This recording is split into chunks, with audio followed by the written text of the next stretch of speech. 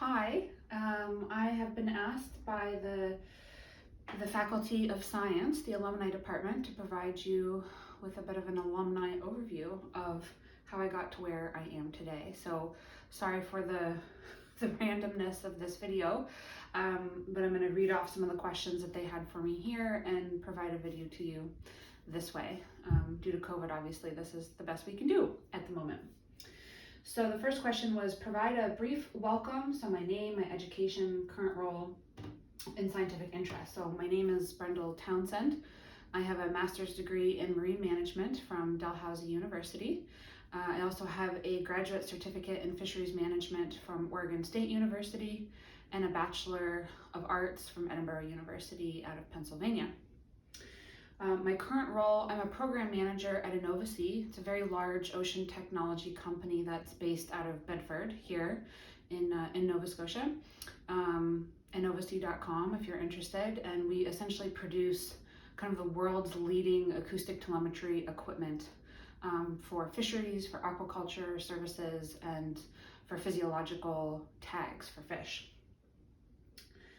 And some of my scientific interests, so historically for the last 20 years, I really have been mostly studying sharks and doing shark conservation and management around the world, starting mostly in Florida, but then moving on to Central America, and then here, of course, in Nova Scotia, working under Dr. Boris Worm in the biology department. And with the Ocean Tracking Network, we started a blue shark tagging program in 2013 and have been tagging sharks ever since. So a few introductory remarks to our student viewers.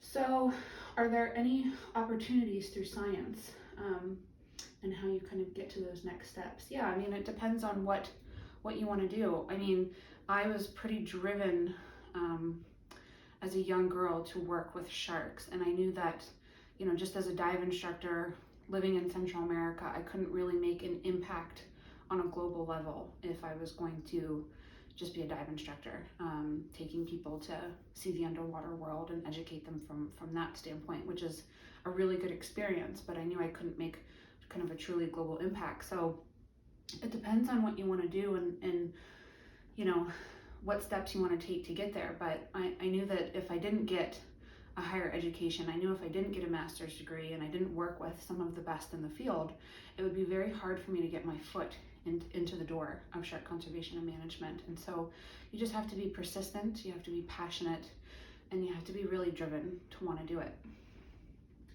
So how did I decide on my career path, and how did post-secondary education in science prepare you for the career? So how did I decide on my career path? Just through various trial and error. I mean, I'm from Pennsylvania, I'm from the United States. I grew up in a very landlocked state, and I did everything I could whenever I could to get out into the ocean. And I traveled the world scuba diving, trying to understand the marine environment and its own habitat. And from there, the passion and the love for wanting to conserve the marine environment just grew.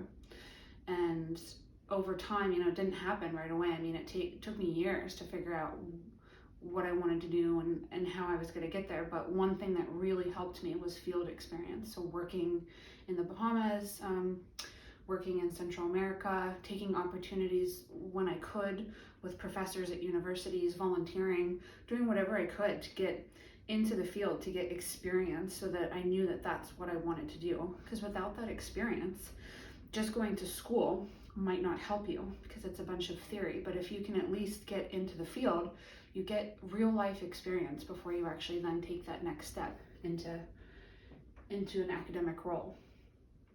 And so my post-secondary education very much helped me in my career, because as a master's student, I worked with Boris Worm, who at the time and still today is a leading conservation biologist. And he really guided me in how to move from kind of a marine biologist in a field setting to a more academic setting. And the master's degree at the Marine Affairs program undoubtedly prepared me for what was to come in terms of managing large-scale ocean projects, especially as it relates to fisheries management.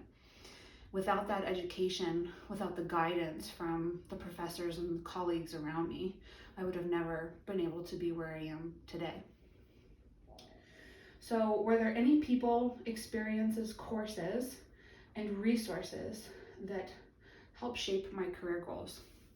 Without a question, the colleagues in my master's program, professors at Dal, talking to people in the field here in Nova Scotia, but also the colleagues I've met all around the world, they all have connected me to where I am today. They've all provided me with valuable guidance and experience along the way.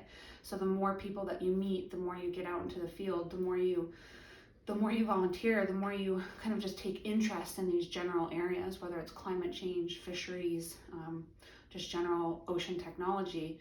You just try to meet as many people as you possibly can, have as many conversations as you can, because through these conversations, through these networking opportunities, you really get to kind of pin down what it is you want to do and where you want to go.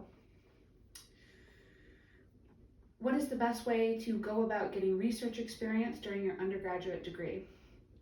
Well, if you're attending Dalhousie University, the Seaside Summer courses are an excellent opportunity to get field experience, whether it's the Sharks course, whether it's coastal management, whether it's any of the other courses that are offered. That is a great opportunity for you to get into the field, experience what it's like to take samples, measurements, see some of these animals in person, and understanding that field work is actually very, very difficult and hard and very circumstantial, that it's not just kind of running around in a bathing suit in the sunshine. It's actually a very difficult position to be in, but it's important for you to get that experience, because when you graduate with an undergraduate degree or a master's degree without that experience, it's very hard to move into the next realm of your career, and proving that you can work both in a field setting and an academic setting. So taking advantage of those seaside courses, volunteering if you can, if financially you're able to do that elsewhere outside of Nova Scotia, would be really, really beneficial. So what challenges have you experienced in your career? What has been the most rewarding part of your career to date? I've experienced a lot of challenges along the way. I did not come from a very strong academic background, and I had to really kind of fight my way through the system.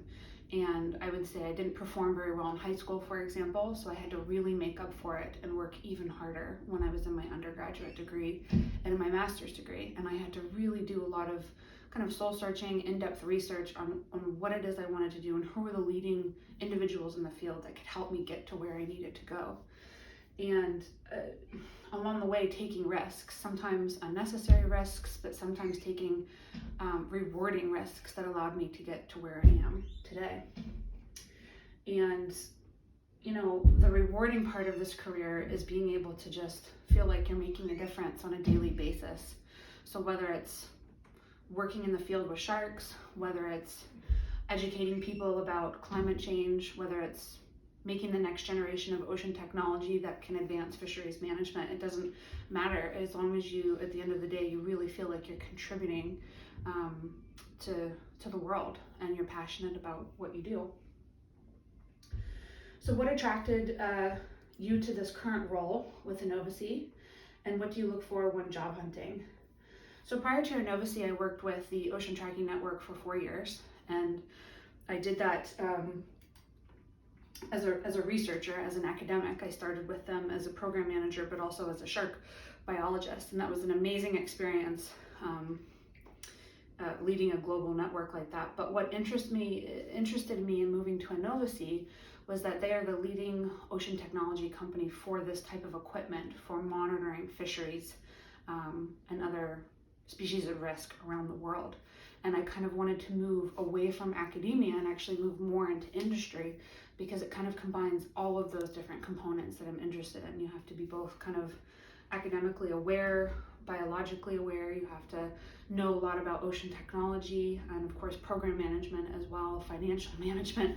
All of these things kind of come into one package that make you a very valuable resource when you're working in these types of environments. And so when you're looking for a job, I mean, one thing I would recommend, if you're interested in working in the field as a biologist, now really what employers are looking for is that you both have a very strong statistician background in addition to being a biologist. That's something that I never had. It's also something I was never interested in, which is okay. I'm more interested in the program management side of things. But if you're interested in working in the field with fish or with other types of animals, but just in a marine environment, generally having the combination of both the statistics, the modeling, and the biology is essential. For program management, if you're interested in managing large marine programs, it is very, very key to get project management experience, financial management experience, human resource experience. I know those things don't maybe sound exciting and as exciting as tagging a shark, but they all come together to help you find kind of the perfect fit.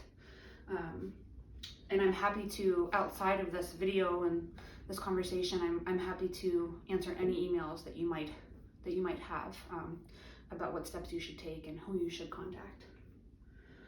And the last question, what advice do you have for undergraduate students who are thinking about their own careers in science?